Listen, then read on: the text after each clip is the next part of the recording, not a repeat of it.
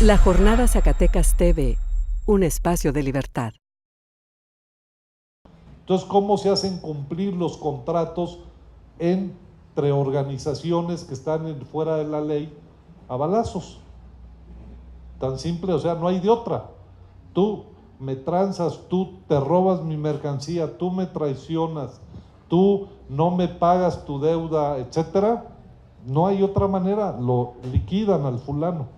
Entonces, el uso de cierto nivel de violencia está en el ADN de las organizaciones dedicadas a los mercados ilegales y tratan de usarla lo menos posible por la segunda característica que define a las organizaciones de los mercados ilegales, que es no solamente operan fuera del Estado y no pueden recurrir a las instituciones del Estado para resolver sus diferencias y sus conflictos, sino que el Estado los debe y en teoría los está persiguiendo porque están fuera de la ley.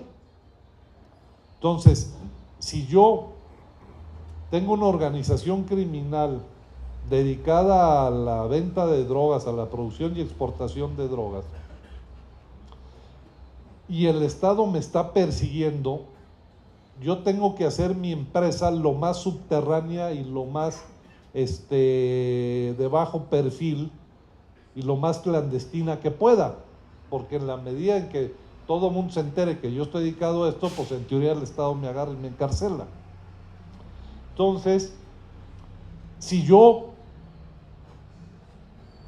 me dedico a asesinar a diestra y siniestra gentes que me incumplen contratos o simplemente que me caen mal, porque tuve un accidente de tráfico y el señor me vio feo y yo soy un narco muy poderoso, saco la AK-47 y los rocío como no me van a hacer nada, pues me doy ese lujo. Pero si el Estado realmente y yo cometo sistemáticamente mucha violencia, pues el Estado me va a ir a perseguir. Entonces, la segunda característica es del Estado que persigue. Entonces, si yo hago mucha violencia, atraigo la persecución del Estado y no me conviene. En México, entre 1950 y 1980, antes de los 50 del siglo pasado, había muchas empresas dedicadas al narco. ¿Qué pasa en los 50 hasta los 80? Que esta multiplicidad de empresas regionales, porque había producción de marihuana en Oaxaca, en Guerrero, la famosa Golden Acapulco, en Michoacán, en Sinaloa, en Durango, en Chihuahua, o sea, había muchísimos productores y muchas empresas exportadoras en Sinaloa, en Baja California, en Chihuahua, etcétera.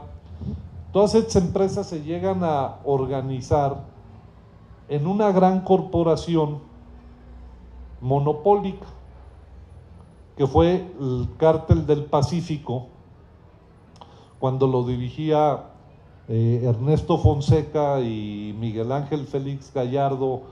De hecho fue en los 70, ya esos eran los líderes. Entonces, digamos que había una estructura monopólica del mercado, de la industria del narcotráfico. Entonces, y a esta estructura, a esta corporación monopólica, le correspondía, digamos, un control político que lo hacía el Estado de esta gran corporación a través de la Dirección Federal de Seguridad, que era la policía política del régimen. Y entonces esa corporación del narcotráfico, ese monopolio, se fragmenta entre 1985 y 1989, cuando aquel famoso incidente de que matan a un agente de la DEA, Caro Quintero, el Kiki Camarena.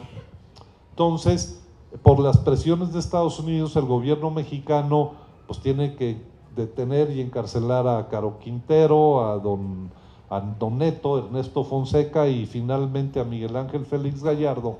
Entonces la corporación queda descabezada y abajo estaban esta multiplicidad de empresas, y entonces esas empresas se fraccionan y ahí nacen los cárteles que ahora conocemos, el de Tijuana, el de Juárez, se queda el del Pacífico o de Sinaloa, y luego también nace el cártel del Golfo, que después crean los Zetas, y luego en Michoacán está el cártel de los Valencia, y en Colima está el de los Amezcua.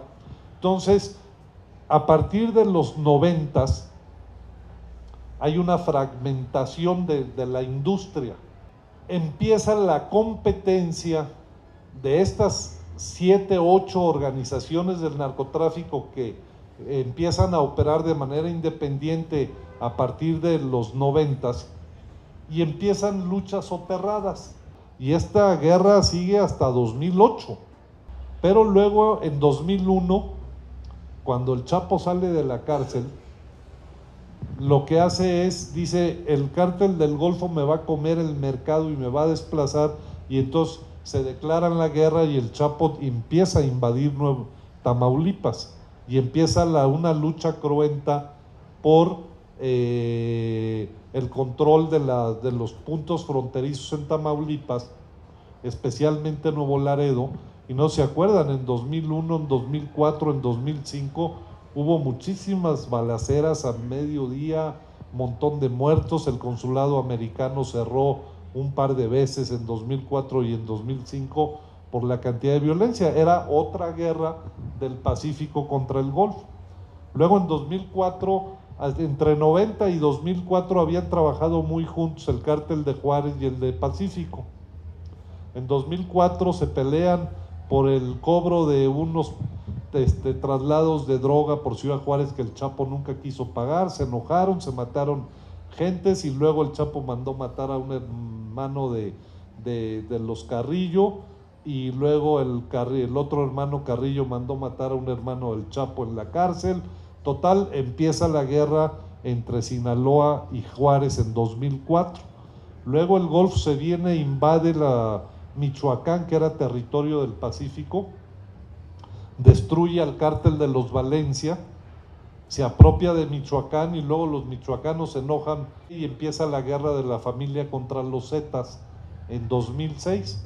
Entonces, cuando entra Calderón, aunque con otro nivel de violencia, pero ya había en curso 4 guerras entre esta multiplicidad de organizaciones que había nacido a partir de los 90s.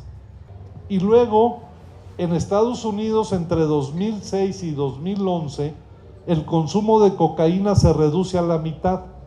Esa es, en grande explicación, lo que orilla que en 2008 venga ese estallido: la caída del mercado en Estados Unidos y el cambio de política de ataque al narcotráfico en Colombia, que produce incautaciones muy grandes que provocan conflictos entre los cárteles acá por robarse inventarios de coca. Entonces, digo, no es la única causa y hay que seguir profundizando, pero a lo que voy es que es una evolución del mercado regional que orilla a estas organizaciones a enfrascarse en estas guerras, en donde eventualmente la acción del gobierno, cuando detenía a un capo, en algunos casos provocaba un conflicto interno por el liderazgo, por la lucha de quién iba a sucederlo, y se provocaba algo de violencia, pero eran efectos temporales. Entonces, esta es la lógica fundamental que obedece al comportamiento de los mercados de la droga y a la lógica de la ganancia. Había factores políticos. Ahora, la segunda tesis de que yo les comentaba es ¿por qué se hicieron tan poderosos? Es porque esto de que el Estado los persigue en México como que no es cierto. Que ese es, en realidad en México hubo una especie durante estos años de la corporación monopólica, una especie de acuerdo tácito, nunca reconocido y nadie o sea, pero era obvio cómo operaba esto de acuerdos entre el Estado y el narco, en donde parecía que decía, mira, esto de la producción del narco pues es una franquicia, te doy chance que la explotes, pero te portas bien y no vendes aquí en México, todo sácalo a exportar y venga para acá una parte de las ganancias. Ese pacto que pudo haber operado y parece que así operó en los 50 hasta los finales de los 80, revienta y deja de ser operativo cuando desaparece la corporación y se descabeza al órgano regulador que era la DFS, que Miguel de la Madrid lo desaparece a la DFS, y además porque en finales de los 80s y en los 90s empieza el proceso de democratización en México y de debilitamiento de esa presidencia imperial monolítica que tenía un poder de controlar. A partir de los 90s, que ya no hay ese acuerdo nacional, y que más bien lo que se dan son pactos de complicidad en el ámbito municipal y estatal. Son muy frágiles, pero la gran diferencia es que en esos nuevos acuerdos, quien pone las reglas son ellos, no el Estado. Entonces, a la hora que el narco requiere la protección y el apoyo a nivel local, el gobernador ¿en quién se va a defender para decir, oye, tú no me pones a mí las reglas?